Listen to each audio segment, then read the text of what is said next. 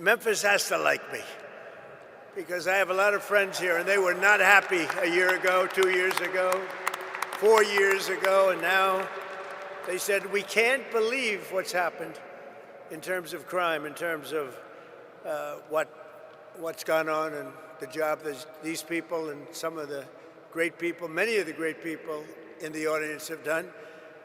And that's why I'm here today. In fact, we were going to cancel because we have a couple of events going on, as you probably noticed. So they said, oh, we'll cancel Memphis. I said, we're not canceling Memphis for anything. We're not canceling.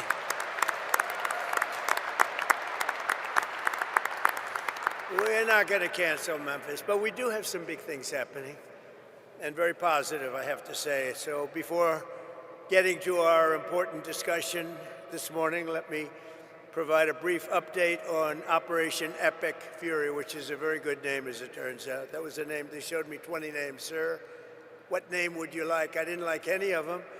And then I get toward the end, I said, you got to be kidding. What? Operation Epic Fury. I love that name. And it's very appropriate for what's taken place, if you know, in Iran, because we knocked out their Navy, we knocked out their Air Force, we knocked out their anti-aircraft, we knocked out everything. And we did it with fury, actually. As I announced earlier, based on preliminary conversations between the United States and Iran over the past 2 days, I've directed the Department of War to temporarily postpone planned strikes against major energy and electricity targets in Iran. They have very, very big, new, actually, and very expensive, billions of dollars it costs to build them. One missile, one of our powerful ones, and it comes down to the ground like it was made out of dust.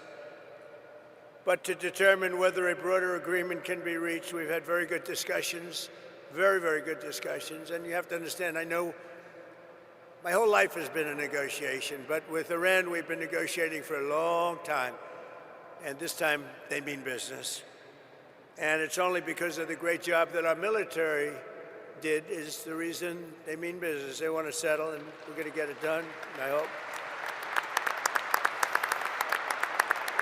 So hopefully this will be possible, but no matter what, we'll ensure that Iran never obtains a nuclear weapon. They can't have a nuclear weapon. They would have had one if we allowed the Obama deal to stand. That was the Iran nuclear deal, they called it. They would have had one. Marcia 3. Well, I tell you what, Martha, we would have nuclear weapons up there when, would you say, 2 years ago, 3 years ago, or 4 years ago? We would have been in a position that nobody wants to be in. We won't allow ourselves to be in that position.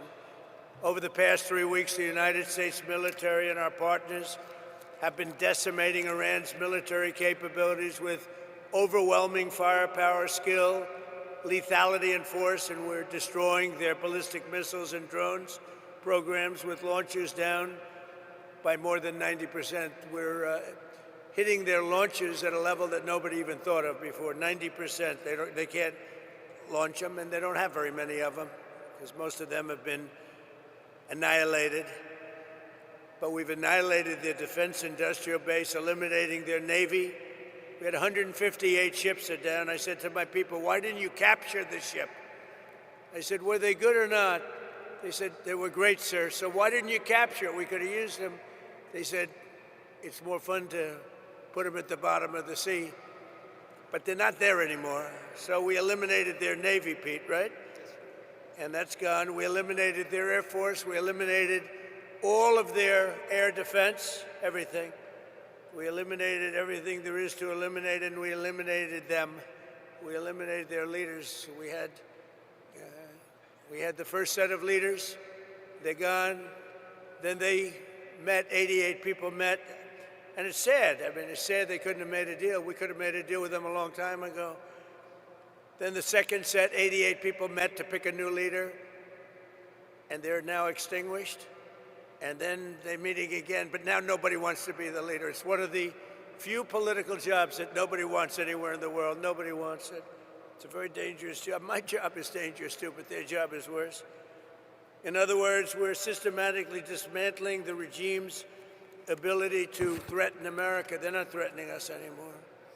As Commander-in-Chief, it's my sacred responsibility to protect our country from all threats. For decades, Iran refused every opportunity to renounce its nuclear ambitions, and in recent months, its own negotiators bragged to our representatives about having enough material to make nuclear weapons. And that was supposed to deter me, but it didn't deter. It made me more anxious, and it just made it much more important. This mission that we're all on together was much more important, and we did it quicker. Iran's missile capabilities were also growing so fast that it would soon have become virtually impossible to stop them. Once they have a missile, once they have what they were building was incredible. And you got a little glimpse of it by the fact that when they came out, they started shooting all of their neighbors. Their neighbors weren't fighting with them. They were getting along okay with their neighbors. And I was surprised, everybody was surprised. And it actually worked in reverse because their neighbors then turned against them. Now Iran has one more opportunity to end its threats to America and our allies, and we hope they take it.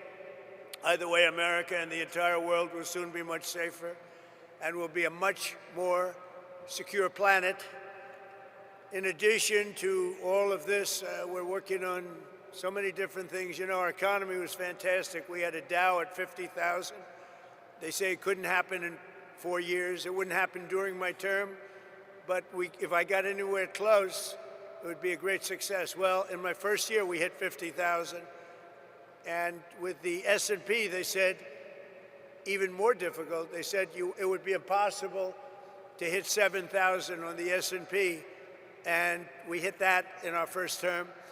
And then, unfortunately, I called Pete, I called General Kane, I called a lot of our great people. We have great people. And I said, let's talk. We got a problem in the Middle East. We have a country known as Iran that for 47 years has been just a purveyor of terror, and they're very close to having a nuclear weapon. We can keep going and get that 50,000 up to 55 and 60 is no end, or we can take a stop and make a little journey into the Middle East and eliminate a big problem. And Pete, I think you were the first one to speak up. And you said, let's do it, because you can't let them have a nuclear weapon. So we are now having really good discussions. They started last night, a little bit, the night before that. And I think they're very good. They want peace. They've agreed they will not have a nuclear weapon, et cetera, et cetera. But we'll see. You have to get it done. But I would say there's a very good chance. And it began when I said that we were planning tomorrow on shooting down some of their power plants, and we're going to hold that up.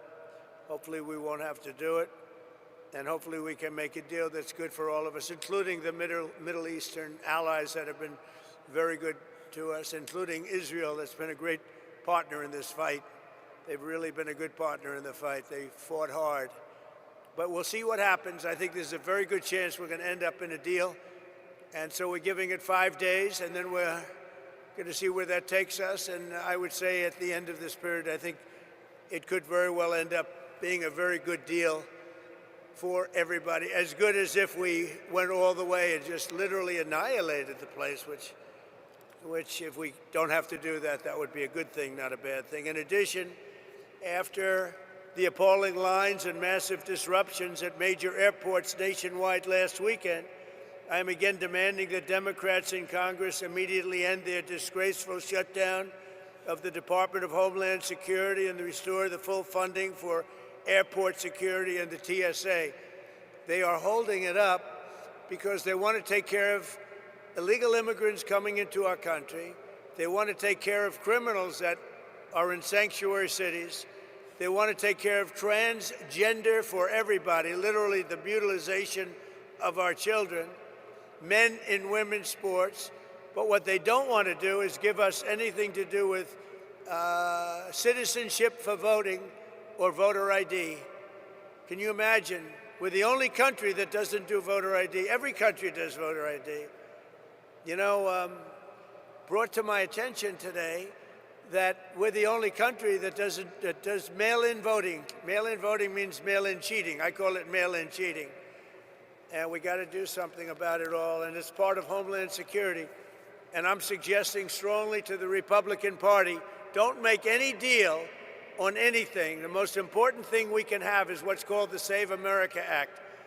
Don't make any deal on anything unless you include voter ID, and you have to be a citizen to vote. You have to show citizenship to vote. Very easy to do.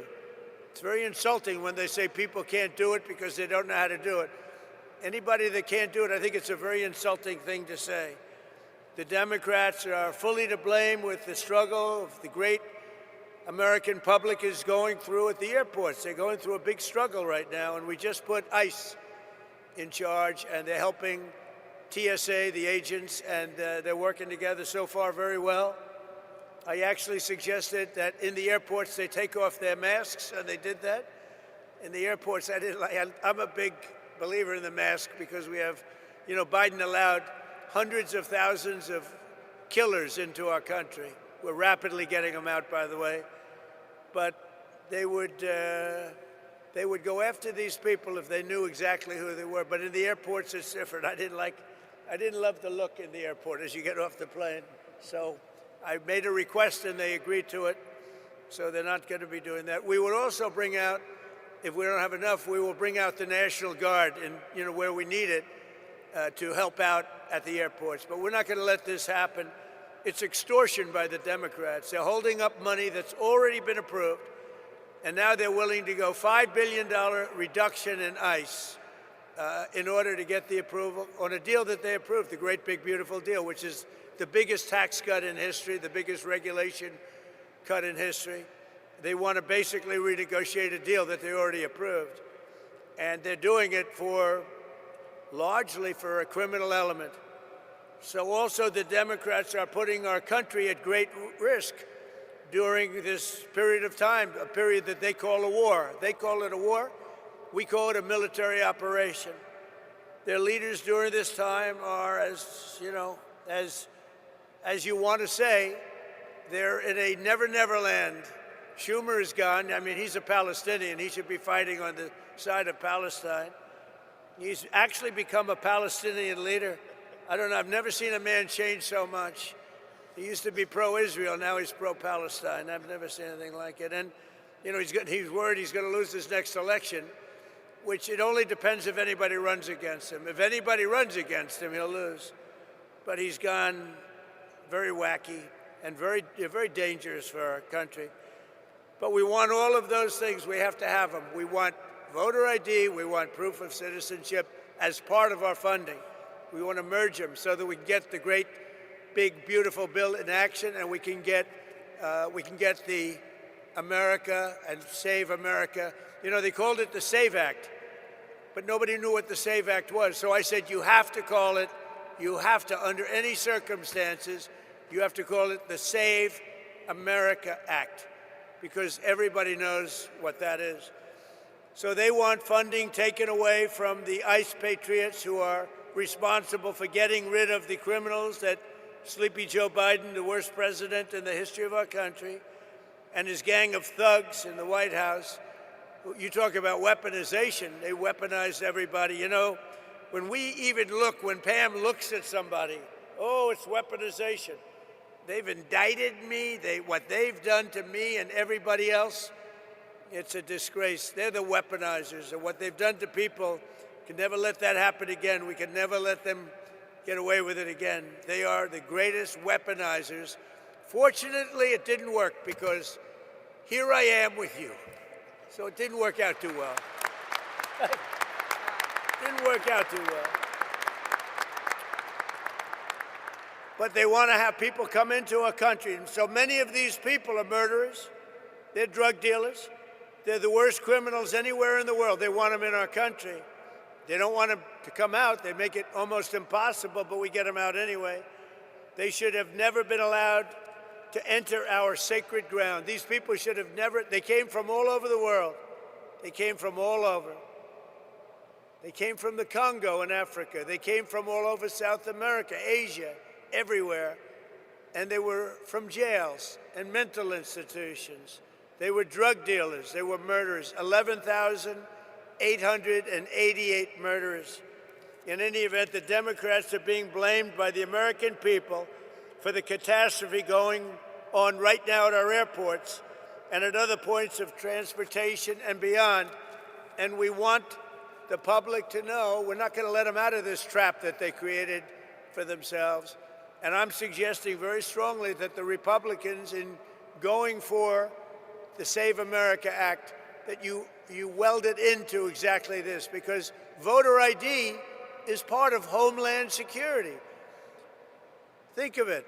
We're talking about two separate items, but they're really the same. Voter ID is part of Homeland Security. And citizenship, proof of citizenship, is part of Homeland Security. So I think it should be welded in. I think it should be together. You should vote together, because the public has not liked what they've done at the airports. And they've done it, and the public understands it. They've gotten wise to them. Republicans do not settle with Democrats and let them out of this hole that they've buried themselves in. You have to take the votes in the Senate to approve. You need votes to approve. We have to get Democrat votes. And at a certain point, if you could get rid of the filibuster, it would be great. It would be great. Get rid of the filibuster and get it all done. So we'll get it done. We want another thing. We can, or we don't have to, add those other items. And by the way, they say they're 80-20 items. They're not 80-20, they're 99-1. Men playing in women's sports is a 99-1. You look at transgender mutilization of our children, that's a 99-1, and we have that in the bill too.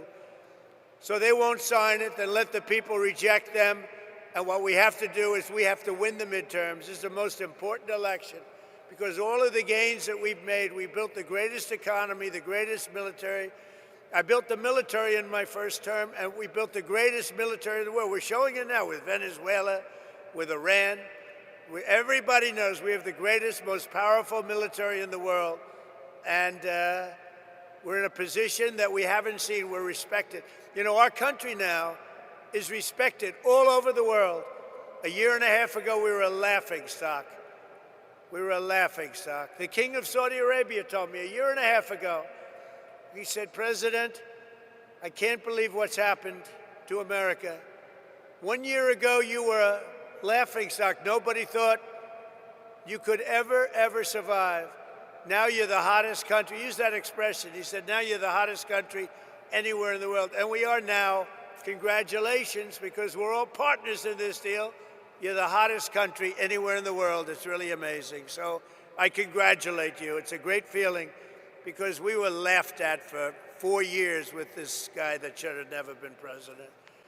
So I'm tying Homeland Security into voter identification with picture and proof of citizenship in order to vote. And those two items are the most important thing having to do with Homeland Security. So it should be part of the Homeland Security bill. And I'm requesting that the Republican senators do that immediately. You don't have to take a fast vote. Don't worry about Easter going home. In fact, make this one for Jesus, okay? Make this one for Jesus. That's what I tell them. That would be a damn good thing. The most important part of Homeland Security is voter ID and proof of citizenship. Nobody can vote on Homeland Security without voter ID or proof of citizenship. And you can't have Homeland Security without voter ID or proof of citizenship. So we're tying them together. So now, if you don't mind, let's get to the reason why I'm in Memphis and why you're doing so well. Because Fred Smith, everybody know Fred Smith? He was a friend of mine, and he created, from a sort of failed report at like Harvard or whatever, he did a business report, a concept he had, that was his thesis, a concept he had to build a company, and it was FedEx. So he gave this thing where he takes packages, he delivers them, who the heck knows what he put down. Bottom line is they gave him a lousy mark. I don't know if they passed him or not, but they didn't give him a good mark. They say, this is the most ridiculous business plan we've ever seen. Fred, go back to the drawing board and try something else, because this won't work. Well, he decided to go for it, and he built FedEx, and it's an amazing story. And he was a very good friend of mine, but he would tell me that he didn't know what to do about Memphis. It was so dangerous that they would have a board meeting, and the board members, they were demanded that they could not walk 1 block to their hotel. You know the hotel I'm talking about. It was so dangerous. And now they tell me this is like an entirely different place. It's like Washington, D.C. In Washington, D.C., we had the same thing, and now it's amazing. It's such an honor to. If only more governors, your governor called, and he said, we love it. Your mayor has been terrific. Your mayor has been terrific. But look at the results that you've got. Look at the results. And everybody should do it. You know, if I was Chicago, Pritzker, he's a failed governor. All he has to do is say, President, we're having a problem in Chicago. Could you come in and fix it? We'd have it fixed in 2 months. It would be good. It would be good in 2 months. It would be great in 4 months. You'd have almost no crime. But he can't do it. And it just keeps going the same way. So that's the reason I'm here, to tell you how well you've done, how well we've done. I mean, I just came in and people greeted me, sir, thank you very much for what you've done. I said, oh, where are you from? Memphis. What did I do? You stopped crime. And your sheriffs are so thankful. And, oh, you haven't seen it yet. You know, we've just been here a short while. In another 2 or 3 months, you're going to have like no crime. And, you know, we take these criminals. Is that our handsome senator down there, Bill?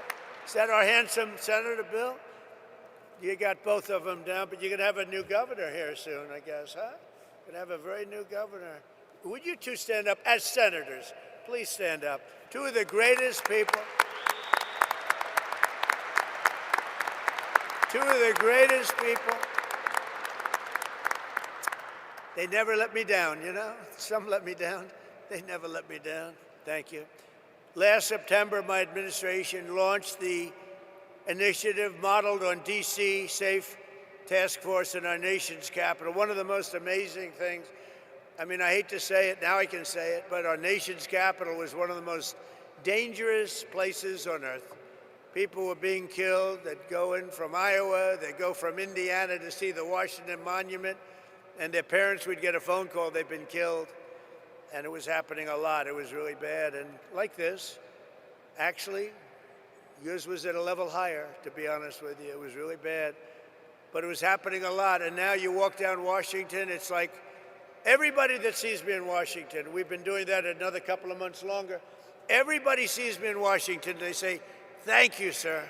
Thank you. And I immediately know what. You know, they could thank me for a lot of things. I said, are they thanking me for the economy? I know immediately. We have people working in the White House, young women. They walk, I would say normally beautiful young women.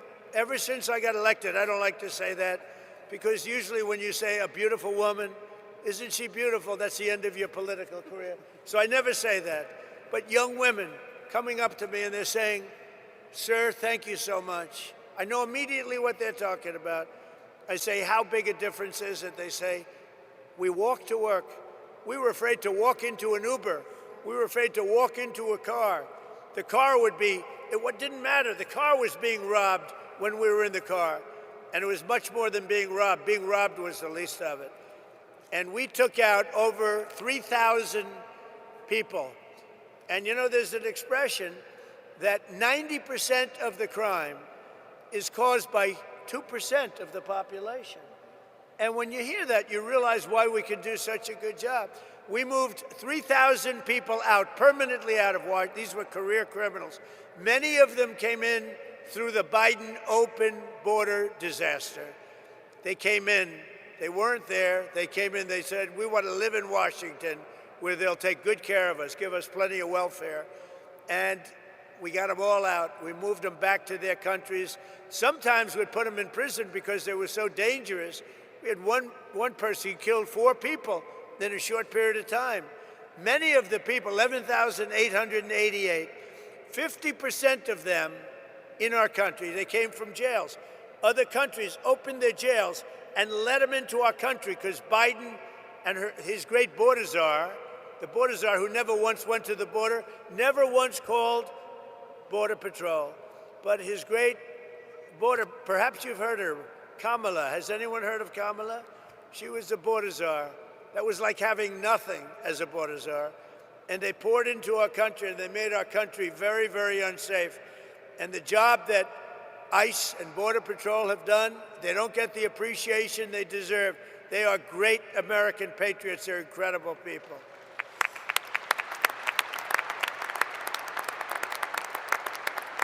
So we brought together 22 federal agencies, state and local police, and 1,500 members of the incredible National Guard to smash the grip of the violent criminals on this iconic American city. The city is incredible. People love it so much, but they're just fed up. They can't stay, and now they're staying. I had somebody backstage say, "Sir, I was ready to leave, and now we're staying." I said, "Don't worry, it's going to get much better.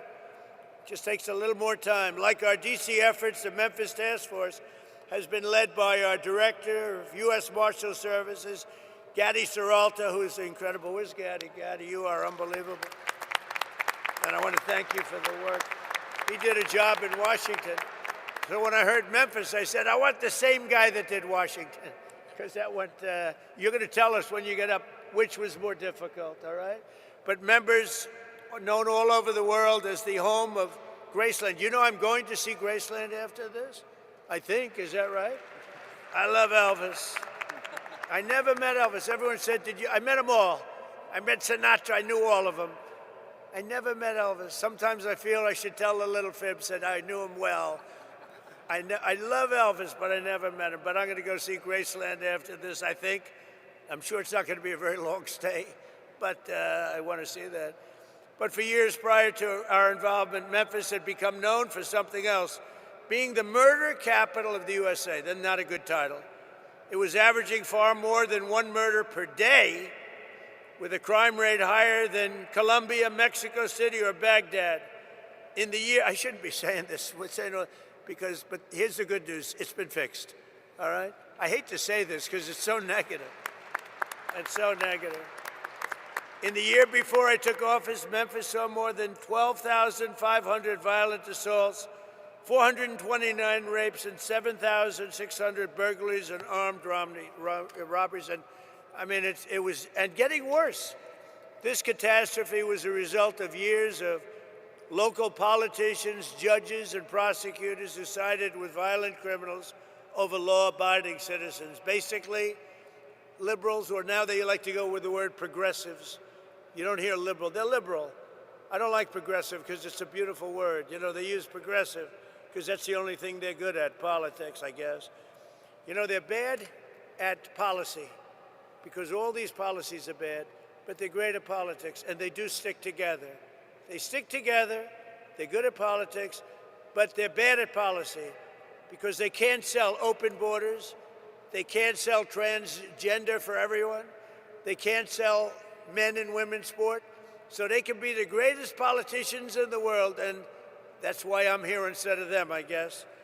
But just as we have in D.C., here in Memphis, we've achieved one of the largest, fastest declines in violent crime ever recorded. So that's something, right? Ever recorded. In fact, you're half a percentage point away from the record, so we'll catch them in the next month or two, all right? I think that's going to happen. But that includes a 60% drop in robberies, a 74% drop in carjacking, and motor vehicle thefts. We have always achieved numbers that are good. These numbers are right on line to be among the best that we've done. And wherever we do this, we have very similar results. We were in New Orleans, where the governor called us, as you know, and we went to New Orleans. They just had Mardi Gras. They said it's the first, it sounds terrible, but it's the first Mardi Gras we've ever had where there was no murder. Can you imagine? Doesn't sound too good, but, you know, we're talking about the facts. And they said we had the lowest crime that we've ever had on Mardi Gras, which is almost nothing. We went there about 4 months ago. We did a great job. So we've achieved a 70% reduction in murders from the peak in this place. In total, we've arrested 7,000 criminals, seized more than 1,100 illegal guns, taken more than 1,000 pounds of illicit narcotics, and rescued more than 150 missing children, making their parents beyond happy.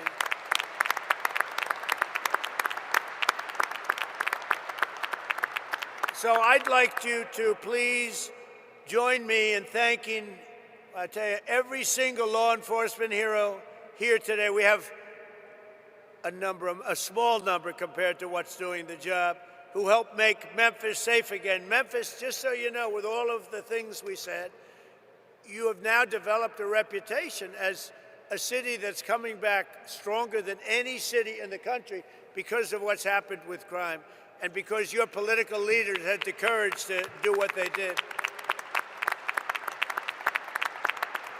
So I'd like you to also say a special welcome and hello to the Tennessee National Guard, the Memphis Police Department, ICE, CBP, the ATF, DEA, Homeland Security Investigations, the U.S. Marshals, the Tennessee Highway Patrol, and all of law enforcement. Everybody got together and they said, we're going to make Memphis great again. And they really did. It's so good. But, you know, I talk about how good it is. We're at 75%. Some people say 80, 81%. That still leaves 20%. You're going to be down in another 2 months, 3 months, I think, Addie. We're going to be down to almost no crime. You're going to be an almost crime-free city. You're going to be so proud of it. People are going to stay. They're going to actually come back because you have everything going, but you have that one horrible cloud over your head.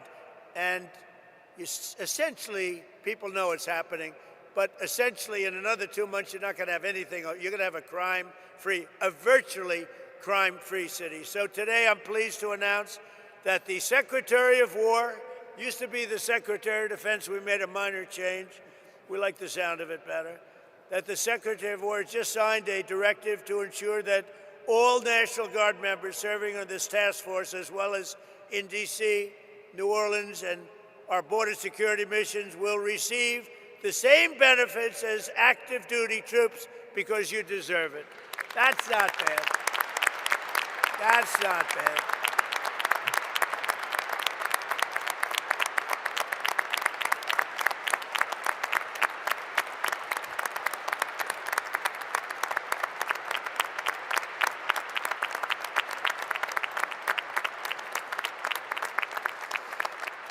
So before we leave, I want to thank Attorney General Pam Bondi, Secretary of War Pete Hegseth. These are great people. Chief of the National Guard Bureau General Stephen Nordhaus, FBI Director Kash Patel, wonderful guy, actually.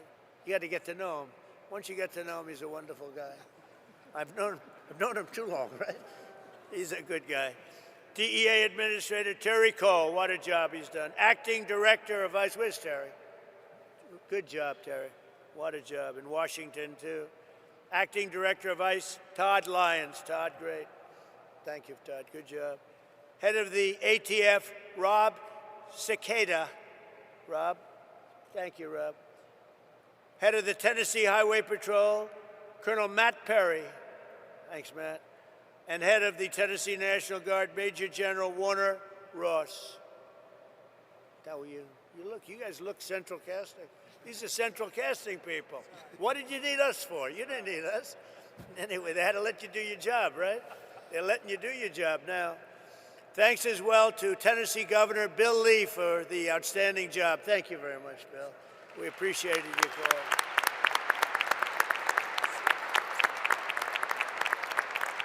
Bill called me up. He said, we need a little help in Memphis, sir, when you get over here, please. He said, I have no pride. We just want this thing straightened out, right? So thank you very much. I'm glad it worked out. Oh, you haven't seen, what do you see? In 90 days from now, you're going to see numbers that blow these off. You're down 70, 75%. You're going to see numbers that you're going to be very proud of. Senators Bill Hagerty and Marsha Blackburn. Great people. Great people. You have some real warriors, too, as your congressmen and women. David Kustoff, Andy Ogles, Diana Harshbarger, John Rose, Matt Van Epps, and Chuck Fleischman. Will you all stand up? Warriors all. everyone. Great, great people. You don't get better, and it's not the easiest job, is it? Huh?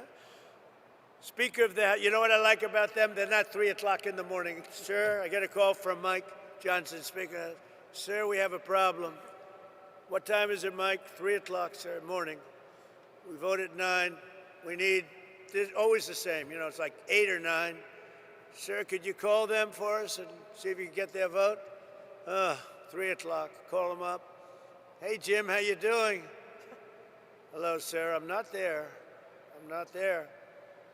Well, you got to get there. 9 o'clock, you got to vote. Sir, could I have a little breakfast so we could discuss this bill? You know, like a perfect bill, like, you know, voter ID or something. You know, the bill didn't have to be too great to do it. He said, could we have maybe a little breakfast at the White House, sir? So, because I can get there, but I'm just not there. Come on over for breakfast, Bill.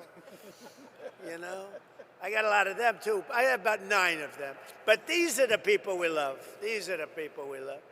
So I want to thank you all. Speaker of the Tennessee House of Representatives, and I hear this guy, I hear he's fantastic. Cameron Sexton, where is he? I have heard such good things about you. And you're working on a very specific bill right now. I know all about you. That's great. Let me know when it's finished, you know. You got to send me a copy, okay? That's great. Thank you, Cameron. You're doing a great job.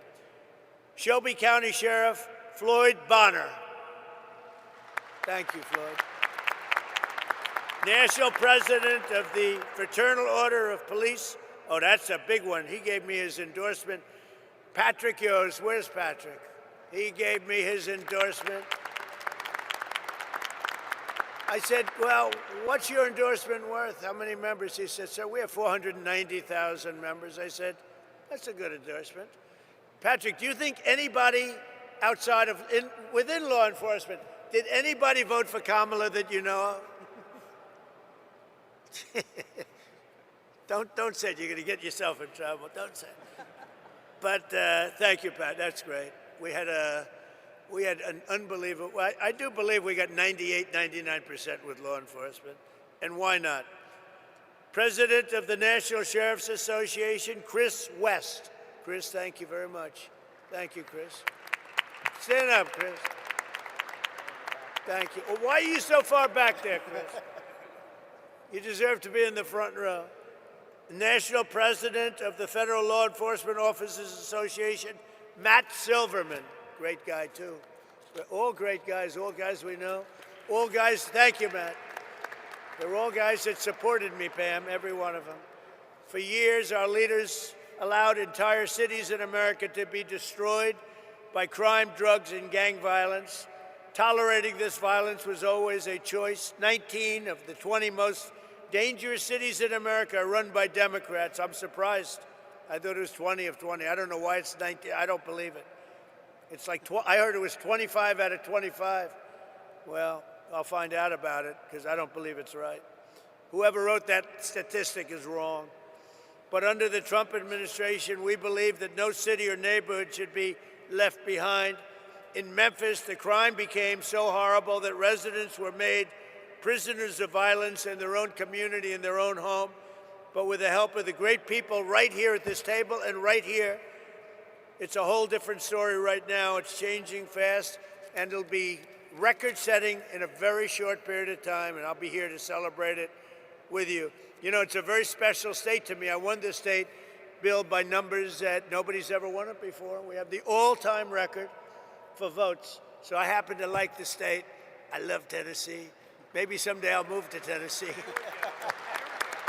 I might have to move there. No, I love it. You never know what that is. You know, you just have a relationship with the state. It's a lot safer than relationships with other things, I can tell you as a politician. But I especially want to thank Speaker Sexton, who's working with the task force to pass model bills that will be toughen crime, to deliver permanent safety to the people of Memphis. And really, I don't know if you know, but they're looking at this all over the country, what you're doing. They're studying it. That's why I know your name so well. And all over the country, they're studying it. And so I hope you do a great job, as simple as you can and as complex in the sense of we want to be tough. We want to be strong on crime because that's the thing. We want to have heart. We want to have fairness, but we have to be tough because some of these people are bad people that should have never been allowed to be here. Since I took office, we have successfully arrested or removed from the country over 500,000 hard-line criminals. And under our leadership last year, the murder rate nationwide saw the single largest decline ever recorded to the lowest level in 125 years. That's something. That's something. And this is despite the fact that they allowed 25 million people into our country. Many of those people should never have been allowed into our country. So now I'd like to ask Director Gadi Seralta, who's really a special guy, and I've lived with him because of Washington, D.C. I saw what he did, but to say a few words. And congratulations for what you've done everywhere, but today we're only interested in one place, Memphis, Tennessee. Thank you very much, Gadi. Thank you, Mr. President. Thank you very much. So good morning to you, and thank you, Mr. President.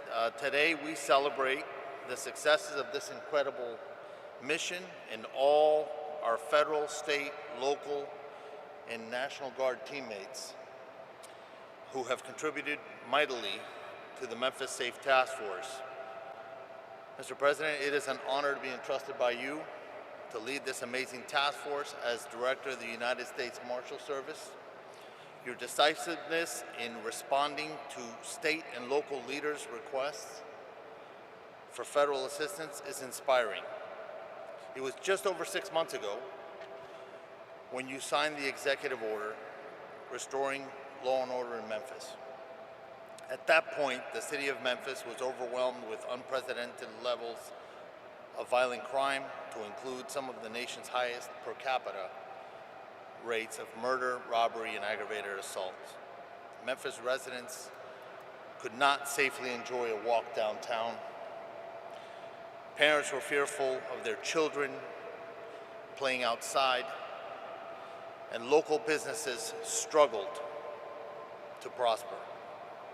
The mission you gave us was clear and concise. Crime will not prevail in Memphis, period. The city will not be surrendered to lawlessness. President Trump, thank you for your leadership. We had a blueprint, quickly restoring order and reducing violent crime, given our success with Operation Make DC Safe and Beautiful, as you mentioned. We began our deployment to Memphis and commenced operations on September 29, 2025 with 20 partner agencies and 200 task force members. Now we partner with 33 multi-agency teams throughout the Memphis area. We have the support of over 2,700 officers and National Guard members who comprise the Memphis Safe Task Force, most of which are out here in the audience. In just over 6 months, the Memphis Safe Task Force has made over 7,342 arrests, this is last week's numbers, with charges ranging from homicide, there was 44 of those, 812 drug offenses, and 757 gang-related offenses. We have seized over 1,200 illegal firearms and located and returned 150 missing children. Each of these arrests and seizures of illegal contraband have a ripple effect, bringing justice to victims, relief to communities, and the prevention of future offenses or deadly accidents.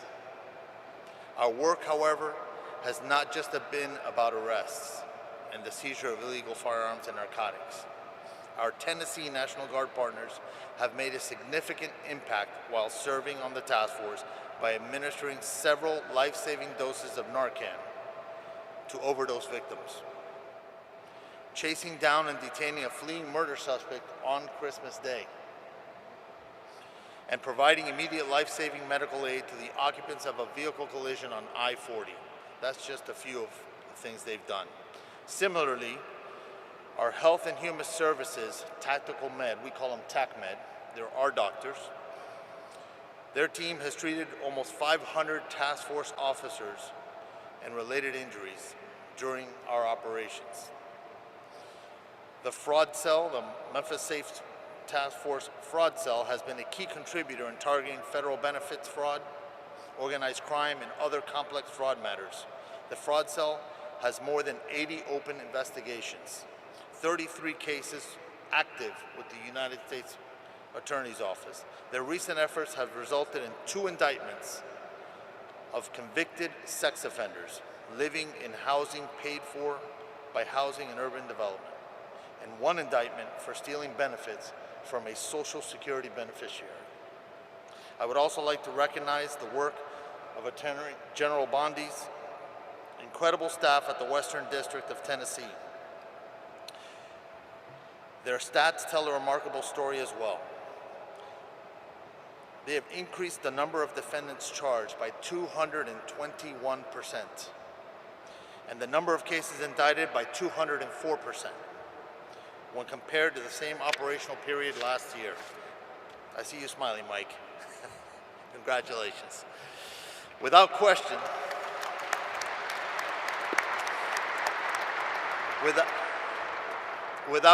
the public safety outlook in Memphis has improved dramatically.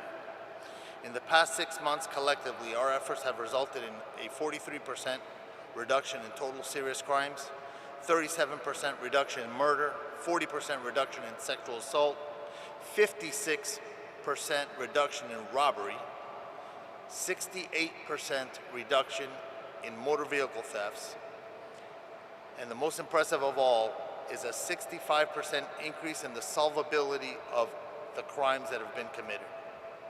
These numbers are so impressive that it's often easy to just recite them without reflecting on significant positive impact that we have had on lives of Memphis residents. The city's residents and visitors are now more likely to venture downtown, and our local businesses are rallying back. Large-scale public events have shown improved safety outcomes, as demonstrated during the December 6, 2025 St. Jude Marathon, where 22,000 runners gathered without a single reported downtown burglary, compared to multiple incidents in the prior year. Perhaps the most telling of all is one of our Special Assistant United States Attorneys recently reported that a traveling emergency room doctor, expressed his appreciation for all that the task force had done. You see, he said that in years past, he would see 3 to 5 gunshot victims per shift. And now he sees an average of 1 gunshot victim every 3 or 4 shifts. Mr. President, the Memphis Safe Task Force underscores one simple truth. When federal, state, and local agencies work together as genuine partners, we can reclaim even the most troubled cities. I am extremely grateful to you for the opportunity. To all our partner agencies, it has been an honor to work alongside you, and I look forward to sustaining and building on these partnerships as we continue to make Memphis safe again. Thank you. Thank you, Getty, very much. And Pam, I think, thank you. What a great job. And I think, I see them sitting out there, your U.S. Attorney and your Assistant U.S. Attorney. You do a great job. Would you please stand up? Donovan.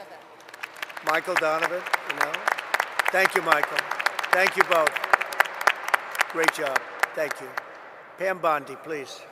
Thank you, President Trump. Some people choose to tolerate crime, but you chose law and order. And that's why this task force worked. It was all of us, as Gaddy said, working hand in hand with my FBI, DEA, U.S. Marshals, ATF, with Cash, with Terry, with Rob, with Gaddy. Not only that, with Pete, with Department of War, with Homeland Security, with all of my agencies working hand in hand with the National Guard. When you went out there, when we came to Memphis, you could not tell who was with what agency because everyone was working so well together. Our U.S. Attorney, Mike Donovan, was out there. And not only this, everyone needs to know, we met with this president multiple times about this endeavor. The president knew what was going on here. The president cared. People like Alice Johnson sitting in the front row, who is a Memphis resident, she told us what a horrible crime problem there was. And I think the unsung hero in all of this is Stephen Miller. Stephen is the architect of making all of these plans work. Stephen, thank you. Thank you. And just two very brief examples. There was a horrible murderer, Arsenio Davis, who last October committed a gruesome double homicide. He killed his mother and dismembered another person. And based on this task force working hand in hand, he's off the street. Another example, a horrible monster who's charged with raping a small child. This task force, all of these members working together, arrested him. We can give you countless examples of that. Over 770 gang members off the streets. And we know there's no normal day for a law enforcement officer. We know it's so dangerous what our law enforcement officers do. But know this, Donald Trump and this administration, we have your backs. Thank you all, and thank you, President Trump. Thank you. Thank you. Thank you, Pam. And Pete Hegseth, who's been unbelievable at what he's doing, is nobody better. That was a wise choice. Pete, go ahead. Well, thank you, Mr. President. Thank you for your historic leadership on Operation Epic Fury. The success you've laid out was only possible because of the military you rebuilt, as well as the historic success here in Memphis. And I want to start by thanking every patriot in this room, in law enforcement, and the nearly 1,500 National Guard members for your heroic efforts in this operation.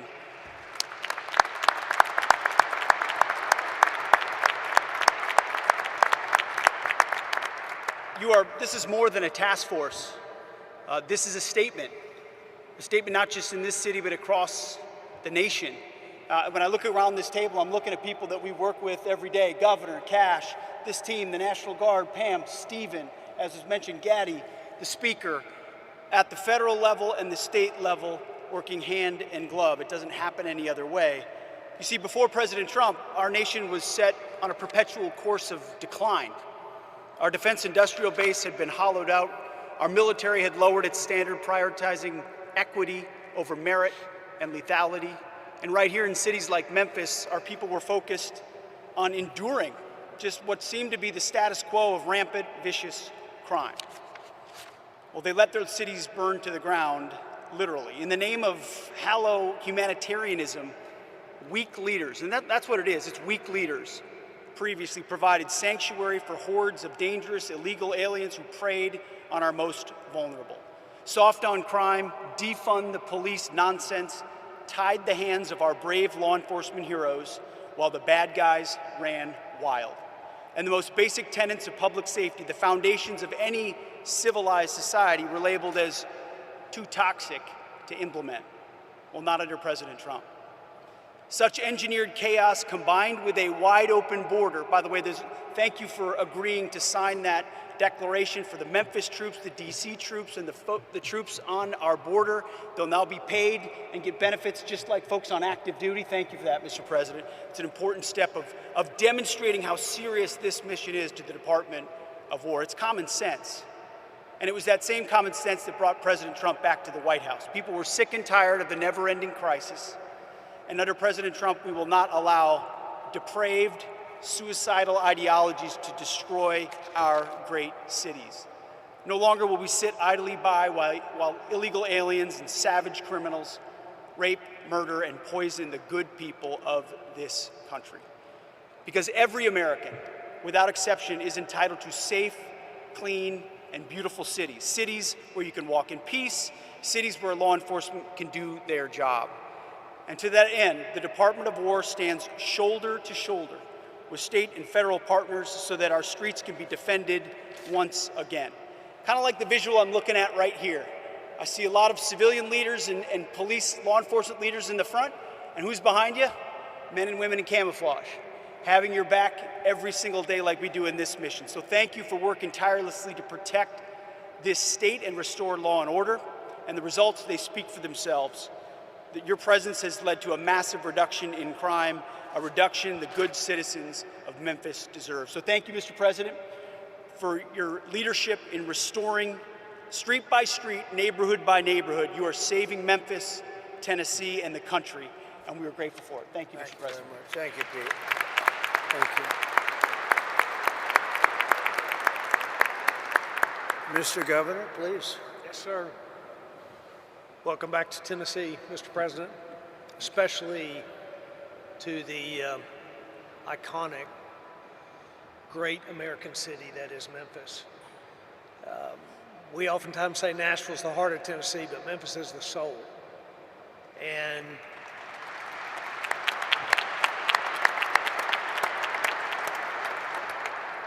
great businesses here, remarkable people, a true, rich cultural history, but a serious problem.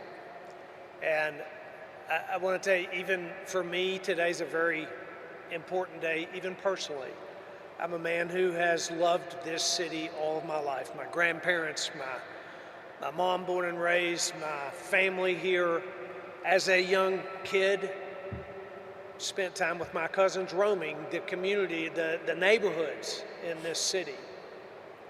But sadly, for decades, that was not possible for children to do safely anymore. And to watch this great city be plagued by crime like it has for decades was a very tough thing for Tennesseans to do.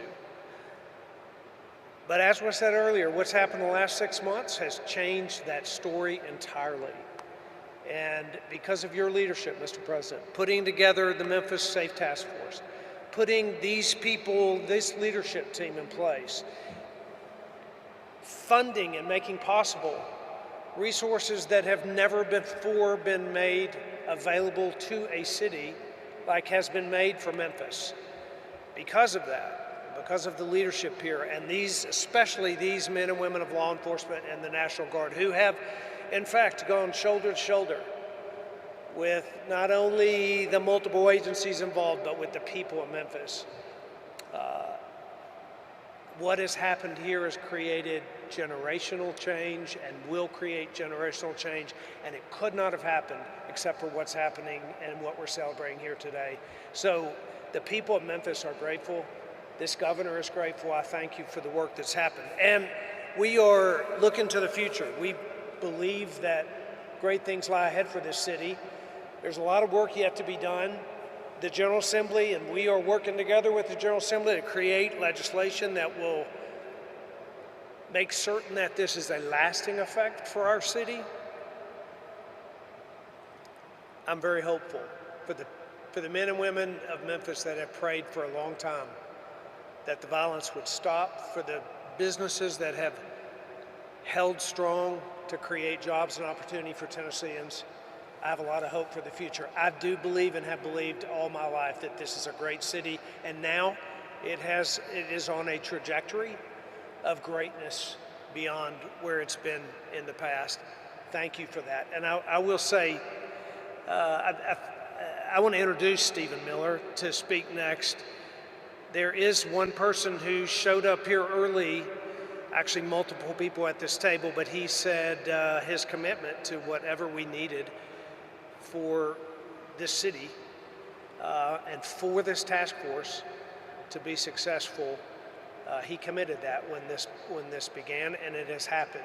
And we're not done, but the statistics speak for themselves. What Gaddy just read out a while ago is hard to imagine when we first started this just 6 months ago that these were going to be the results. There's more to go, but we're grateful for the work. And Stephen, your commitment to us, Tennesseans, truly are grateful for it. And your commitment to President Trump's strategy, not just to make Memphis safe, not just to make Tennessee safe, but to make all of America safe again. So thank you, sir. Thank you. Stephen? Thank you. Well, first and most importantly, thank you to President Trump, whose vision and courage and determination has achieved something that if you had predicted it 15 months ago, people would have said it was impossible. If you had said 15 months ago that we would achieve the lowest national murder rate not in 5 years or 10 years or 15 or 20 or 30 or 40, but in the 125 years, nobody would have believed it possible. And President Trump did exactly that, and it is a miracle.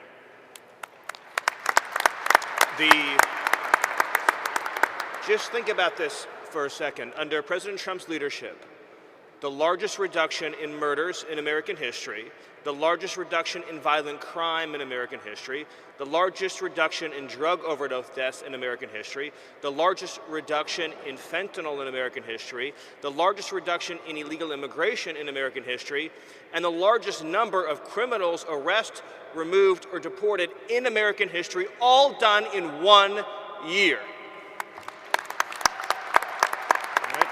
If I would just say this, if we had an honest media in this country, the statistics I just gave you would be 24/7 on the news. Nobody could have ever predicted such an achievement would be possible.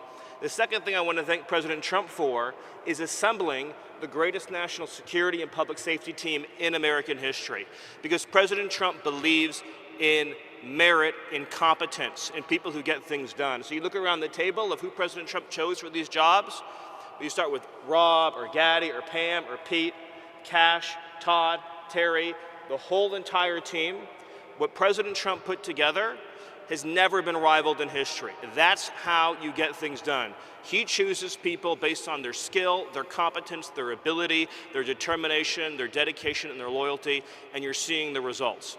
So I just want to again thank President Trump, and of course thank the governor as well, who picked up that phone, called President Trump, and said, I want you to help make Memphis safe, although I bet the governor would agree he could never have imagined this safe, this quickly, this many people behind bars.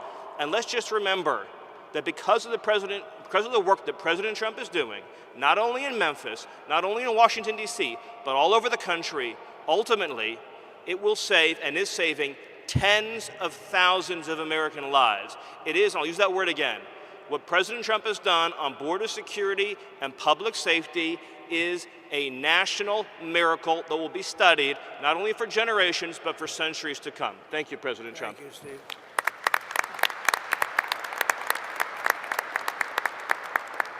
So, Cash, see if you can top that. I don't know. That's a tough one, Cash. That is tough. You know, Mr. President, as I look around this venue, I see, and I'm reminded again, why we have the greatest warriors on God's green earth, the men and women serving in uniform, the men and women serving and wearing the badge, and law enforcement, our police, our sheriffs around the state of Tennessee. I'm reminded that Americans exist to protect this country day in and day out, and they've done it like we've done it here. But what we didn't have was you. We didn't have a commander-in-chief who backed the blue, who resourced the blue, who funded the military, who did whatever it takes to safeguard every single life. And here in Memphis, Tennessee, you have put on a show for the world. You have allowed us to go out there and capture gangbangers, rapists, murderers, drug dealers at record historic levels. And for me, a first-generation Indian-American kid whose parents fled a genocide in East Africa to become the 9th director of the FBI, I'm living the wildest dream you could possibly imagine, sir.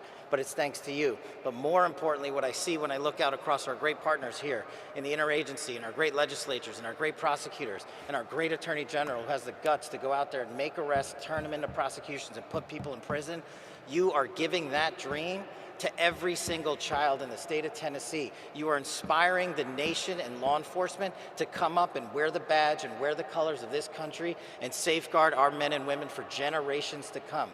This is an enduring mission, Mr. President, because you have made it enduring. It is going to go on for generations to come. They are going to try to achieve what you accomplished here, what Stephen said, in just one short year, and they're going to be doing it for decades because America was smart enough to elect you as our commander-in-chief. So while we're out there fighting for the dreams of our children, just know, Mr. President, how many millions of dreams like mine are going to be lived thanks to your brilliant leadership. Mr. President, thanks for delivering America the safest country on God's green earth. Thank you very much, Gary. Pretty good. You did pretty good. Thank you very much. Mr. Speaker, please. Thank you, Mr. President. It's great to be here with you today. And obviously we're in the hottest country, in the hottest state, and now the hottest city, thanks to you. So we appreciate your leadership in that endeavor. Also, it takes strong leadership, Mr. President, to do what you do. We thank you for that and have a strong team as well. But I'd like to say that I appreciate how resolute you are in your belief and your attitude. And I think that's a testament to making America first. Also, I want to thank you for delivering freedom. When we talk about crime, a lot of times we talk about normalcy. But people get used to high crime. They don't understand what low crime is. And in this city, unfortunately, it became a normal thing, seeing high crime. But you deliver freedom to the residents here in Memphis, as well as Governor Lee did. And it's as little as watching a kid or a child who said they had a bicycle in their living room, and now they're able to ride it outside.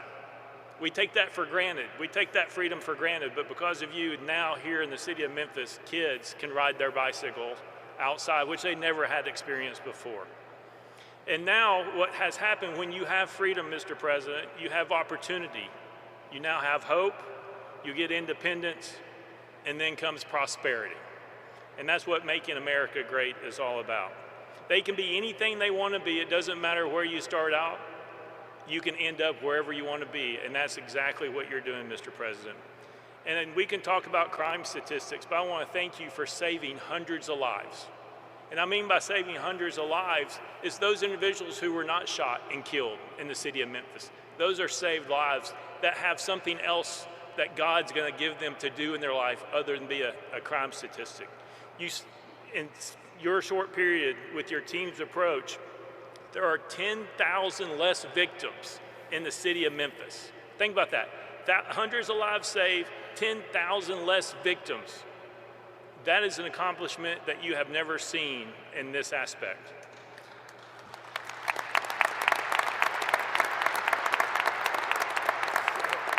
And I appreciate your strong team, all your individuals here, also a brilliant mind in Stephen Miller, who I've been able to work with.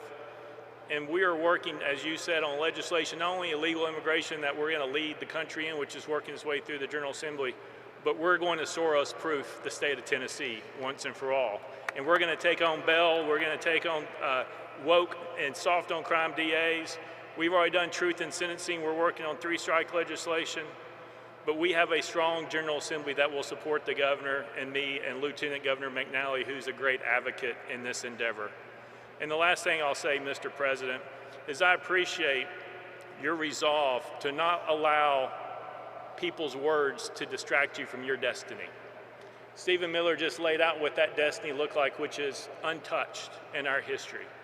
Thank you for being resolute and not allowing those who want to take you down or to cause you harm to allow you to continue fighting forward to make the America what we know it can be, as well as the city of Memphis. Thank you very much, Mr. President. Thank you very much.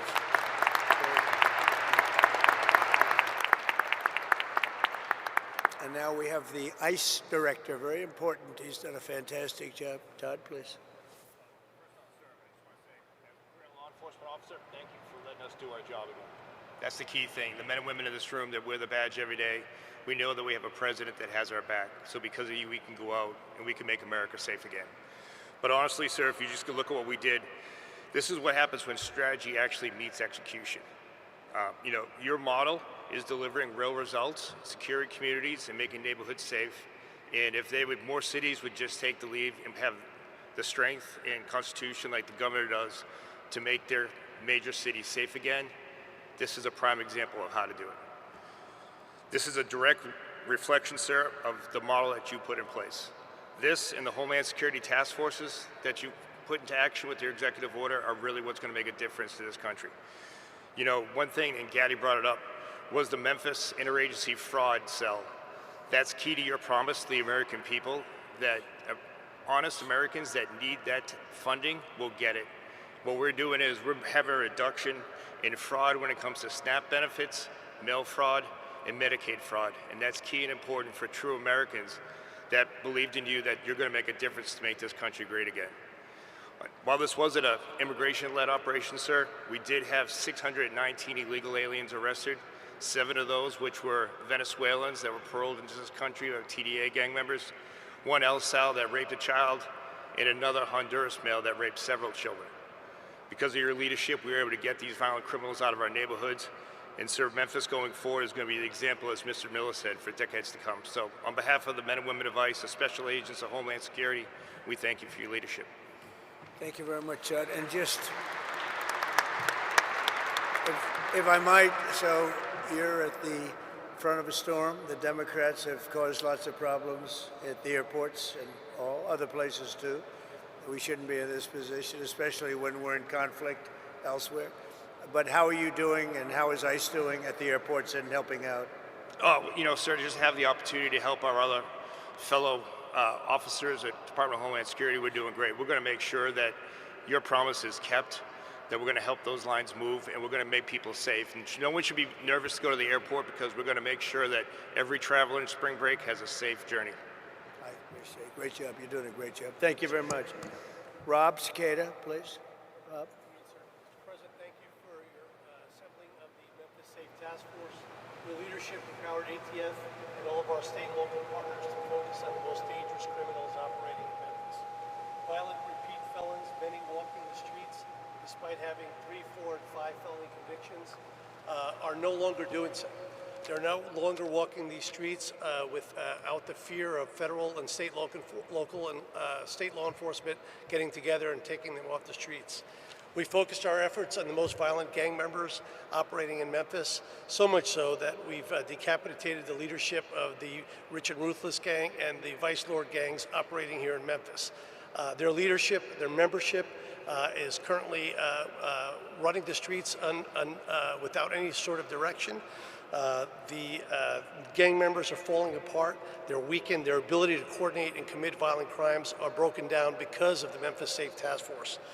We've also been able to identify numerous firearms trafficking task force. Some of the evidence items that you see here were recovered from violent gang members.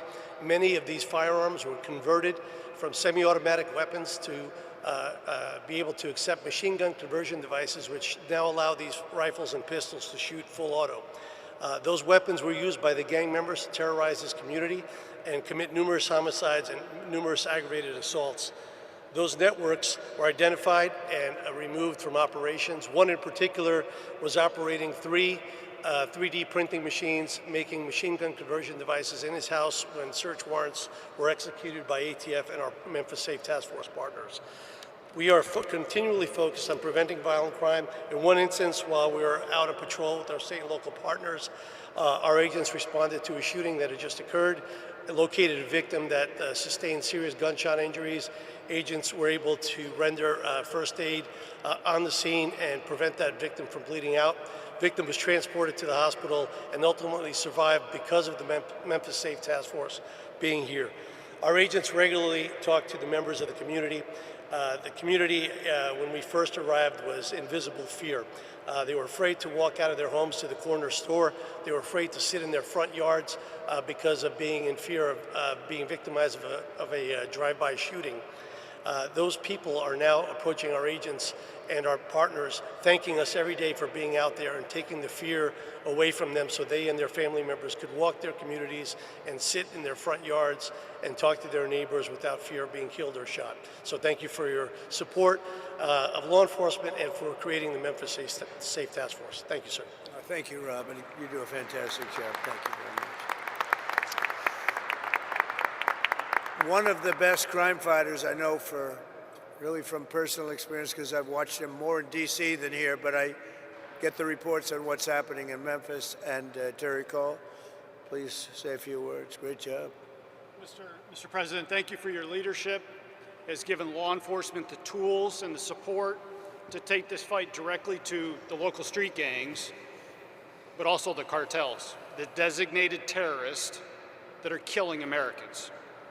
Your leadership is attacking not only the local street gangs here, but it's attacking the cartels in Mexico. It's attacking the cartels in Venezuela.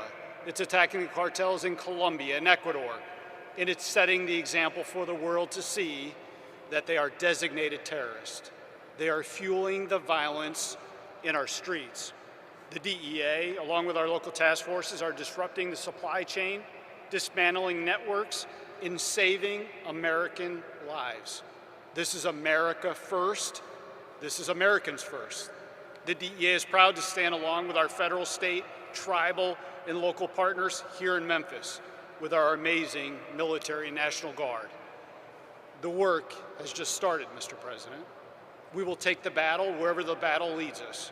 But one thing can be rest assured, after you take Maduro out of Venezuela, after you take Mencho out of Mexico, after your diplomatic pressure forces the Mexicans to make a record seizure last week of 270 kilograms of fentanyl that was destined for the United States, this is truly due to your leadership. It's due to your partnership with law enforcement that enables us to do our job. A few small seizures from this task force is represented in front of you. Close to 190 kilograms of cocaine, close to 50 pounds of methamphetamine.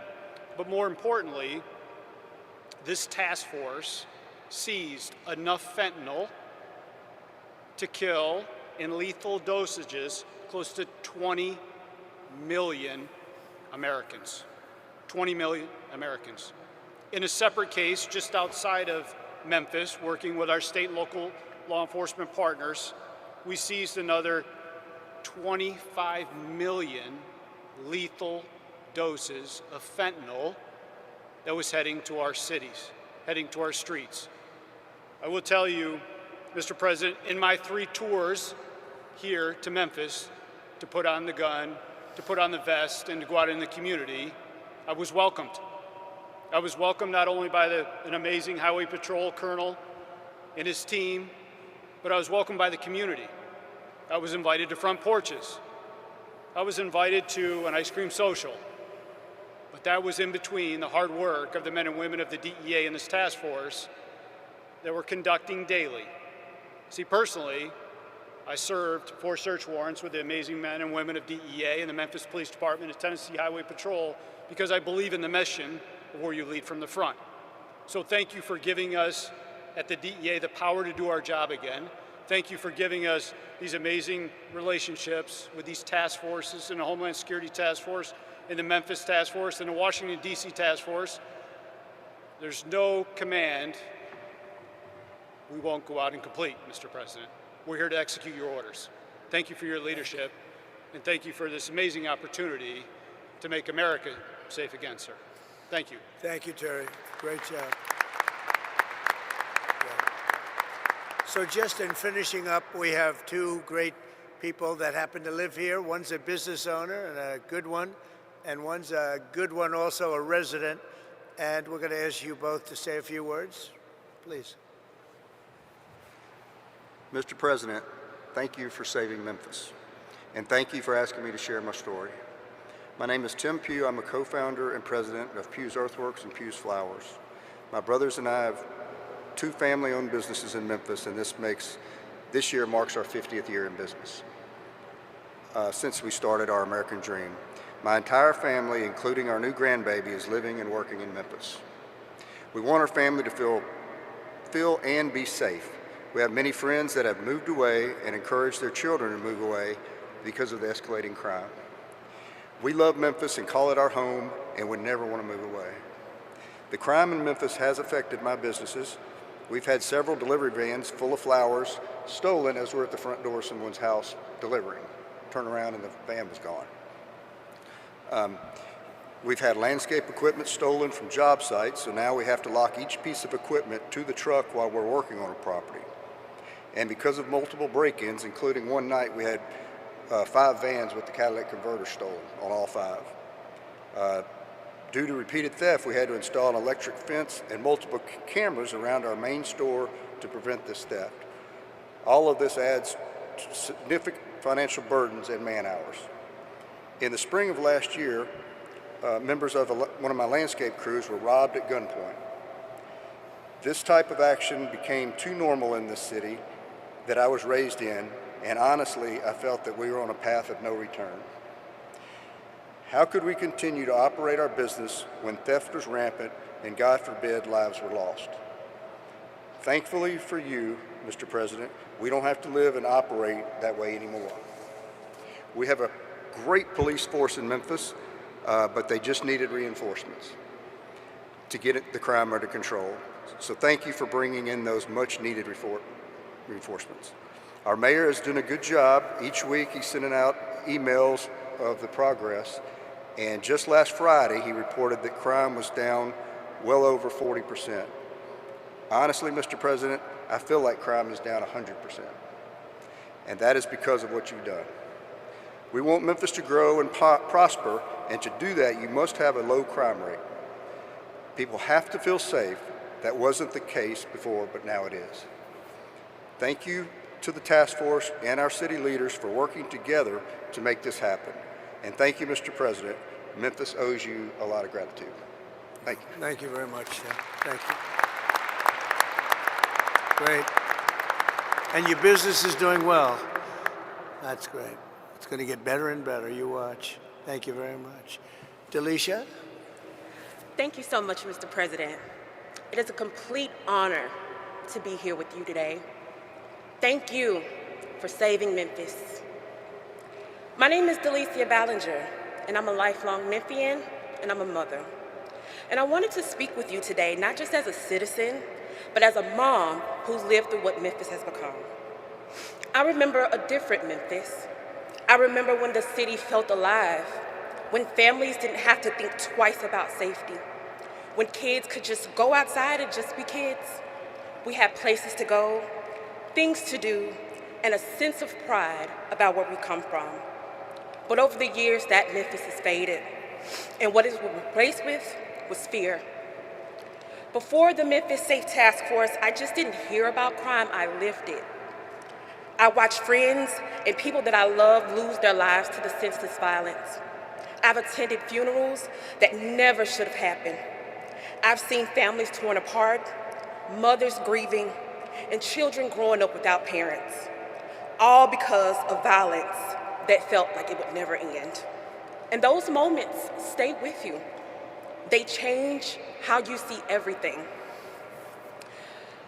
But nothing's changed me more than becoming a mother. Because now, it wasn't just my life that I was worried about, it was my children.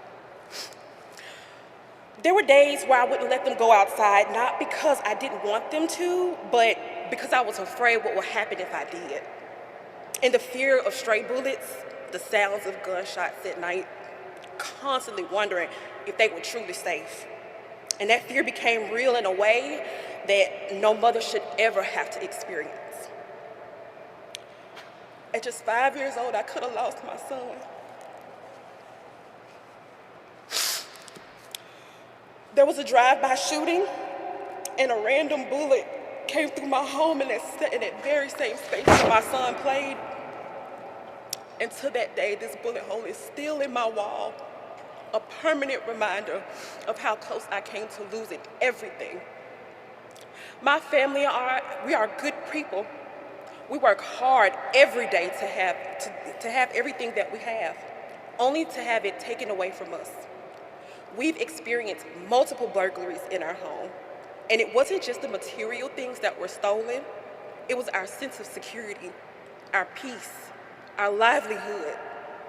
And that violence just wasn't inside of our home, it was all around us. Just literally 4 houses down from where I live, a grandmother and her child were shot. I remember what sounded like almost 30 gunshots ring out.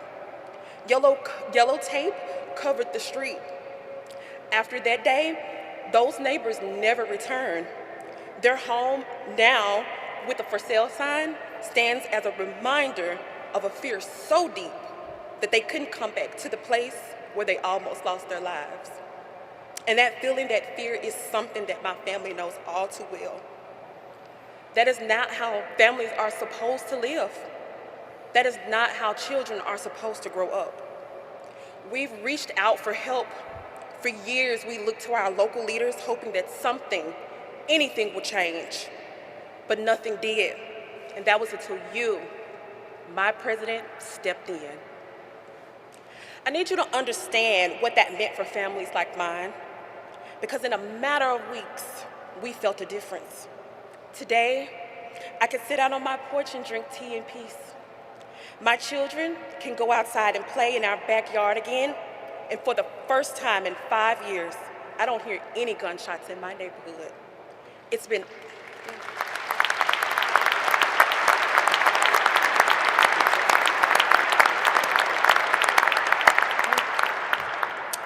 almost 6 months, and it's like a whole new world.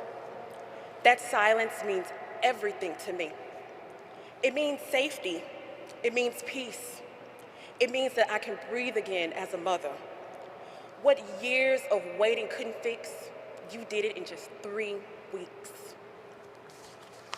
And I'll never forget that. My family will never forget that. And what's even more powerful is that that impact did not stop there.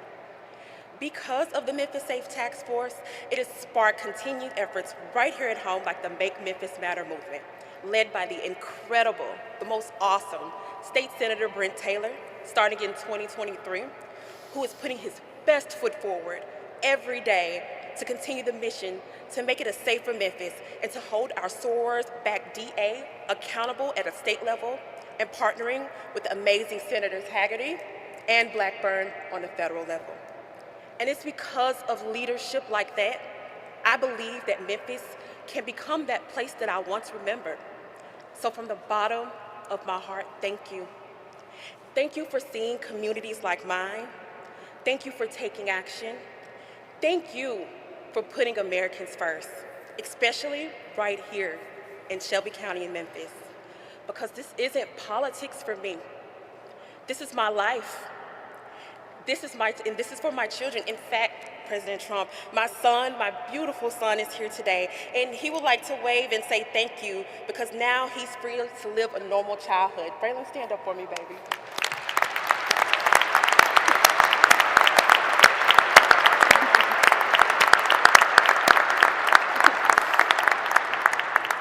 And because of that change, we finally have a sense of normal again.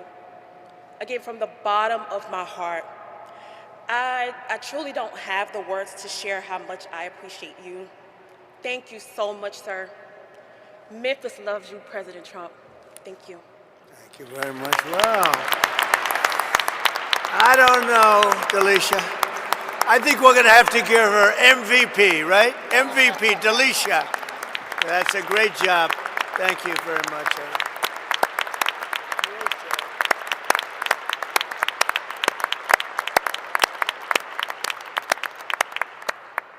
I think she has to run for office. Would you like to become a Republican? She said, I am a Republican. I love this. Anyway, great job. Thank you very much. Appreciate it. Really beautiful. So you're going to see some fantastic results. You already have, but you're going to see some numbers that are going to bring you into a level that few cities attain. I want to thank the governor. I want to thank the state. The state is just a fantastic state.